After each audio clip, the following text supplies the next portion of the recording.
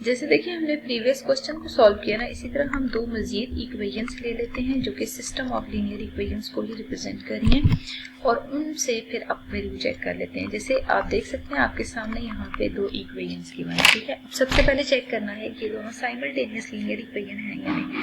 अगर ये simultaneous linear equation है तब हम इनको सॉल्व कर सकेंगे, जितने मेथड हम डिस्कस कर चुके हैं उन मेथड्स को अप्लाई करके, ठीक है।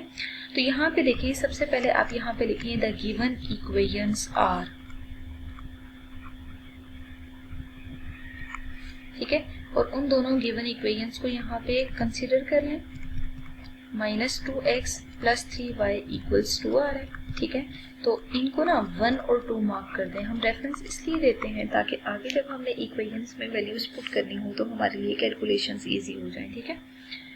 अब हम क्या करते हैं, दोनों में चेक करते हैं कि कोई वेरिएबल सेम तो नहीं है। यहाँ पे कोई वेरिएबल सेम नहीं है। अगर वेरिएबल सेम नहीं है ना, ऐसा करते हैं 1 से वैल्यू निकाल लेते हैं। फ्रॉम 1 3x - 2y अगर 1 के इक्वल है ना, यहाँ से 2y को आइसोलेट करें तो 3x - 1 के इक्वल होगा।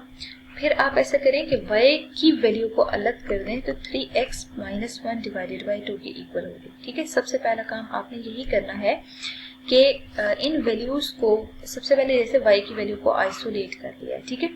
अब आप ऐसा करें, पुट कर दें y = 3x - 1 / 2 को इन 2, ठीक है। 1 से अगर निकाली है ना 2 में पुट करेंगे तो 2x + 3 इंटू y की जगह y की वैल्यू पुट कर दें। 3x - 1/2 आ रहा है = 2 है, ठीक है। अब आप ना -4x + 3 इंटू 3x - 1 = 2 इंटू 2 आ रहा है, ठीक है। तो -4x + 9x - 3 = 2 इंटू 2 = 4, ठीक है। अब जैसे क्रॉस मल्टीप्लाई किया है ना, बिल्कुल इसी तरह आपने इन टर्म्स को सिंप्लीफाई करना है तो 5x इक्वल आ जाएगा 4 + 3 के। अगर 5x 4 + 3 के इक्वल आ रहा है ना, इसका मतलब ये है कि आप मजीद यहाँ से x की वैल्यू निकाल सकते हैं। तो x की वैल्यू निकालने के लिए आपको 4 + 3 = 7 करना पड़ेगा और फिर आप क्या करें कि 5 के साथ जो टर्म आ रही है उसको यहाँ ला के डिवाइड कर, x के साथ जो टर्म आ रही है 5 उसको इधर लाकर डिवाइड कर दें। x की वैल्यू तो हम निकाल चुके हैं, बट अब हमें y की वैल्यू भी निकालनी है, ठीक है। तो आपने क्या करना है, पुट करना है x = 7/5 इन एनी इक्वेशन। जैसे हम 1 में पुट कर लेते हैं तो 3x - 2y = 1 है। यहाँ पे x की जगह x की वैल्यू पुट करेंगे तो 7/5 - 2y = 1 आ रहा है। अब आप 2y को आइसोलेट कर लेना तो 21/5 - 1 आएगा, ठीक है।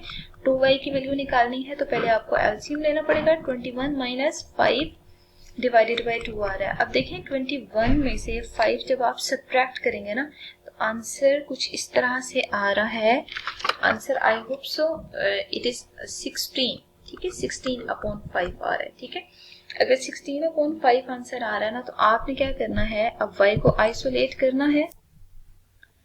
2y अगर 16/5 की इक्वल है ना तो आप क्या करें, 2 को दोनों साइड पे डिवाइड कर दें, ठीक है। 2 विल बी कैंसिल्ड आउट और आंसर आप देख सकते हैं y का 8/5 की इक्वल आएगा, ठीक है। तो y के हमें बेसिकली x और y की वैल्यू निकालनी थी ना, तो यहाँ पे आप देख सकते हैं कि जो x की वैल्यू आ रही है वो 7/5 आपको मिल रही है और जो y की वैल्यू है 8/5 आपको मिल रही है, ठीक है। तो ये सोल्यूशन सेट है basically system of linear equations का। मजीद एक एग्जांपल कंसीडर कर लेते हैं। जैसा कि हमें क्वेश्चन गिवन हो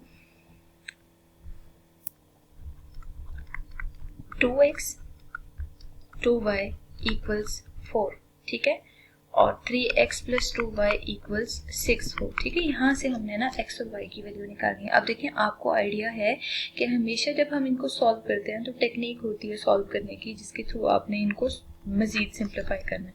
सबसे पहले हम यहाँ लिख देते हैं द गिवन इक्वेशंस आर,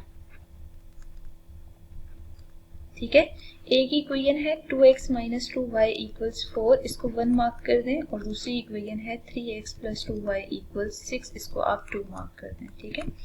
अब आपने क्या करना है कि फ्रॉम 1 जरा वैल्यू निकालना है, ठीक है। 2x - 2y अगर 4 के इक्वल है ना, जैसे मैं यहाँ से x की वैल्यू निकालना चाह रही हूँ तो कुछ इस तरह का प्रोसीजर होगा कि दूसरी साइड पे जब आप लेके जाएंगे 2y को तो प्लस हो जाएगा और बाकी आप 2 से जरा डिवाइड करें तो x की वैल्यू 2 प्लस वाई आ रही है, ठीक है।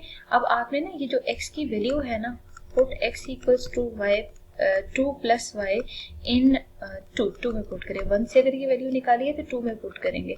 2 में x की जगह x की वैल्यू रिप्लेस करें तो you can see here x is eliminated here, ठीक है। तो 6 plus 3y plus 2y equal 6 आ रहा है, ठीक है।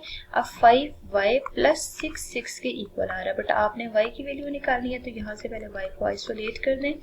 6 माइनस 6 इज 0, ठीक है। तो y को अगर आप फाइंड आउट करना चाहें तो 0/5 आ रहा है, डेट इज 0, ठीक है। तो y की वैल्यू भी आप निकाल चुके हैं। दो काम ही करने थे हमने, एक x और y की वैल्यू निकालनी थी। अब आप जरा सोल्यूशन सेट यहाँ पे जब लिख रहे हैं ना, तो हम इस x और y की वैल्यू को सोल्यूशन सेट में तब लिखेंगे जब वेरिफिकेशन हम कर सकें, ठीक है। इसलिए पहले चेक का स्टेप करना है, फिर आपने at the end solution set लिखना है। मींस मैं इसको यहाँ से फिलहाल रेज कर रही हूँ, ठीक है, ताकि आपको आइडिया हो कि अगर ये वेरीफाई हो रहा हो तब हमने लिखना है।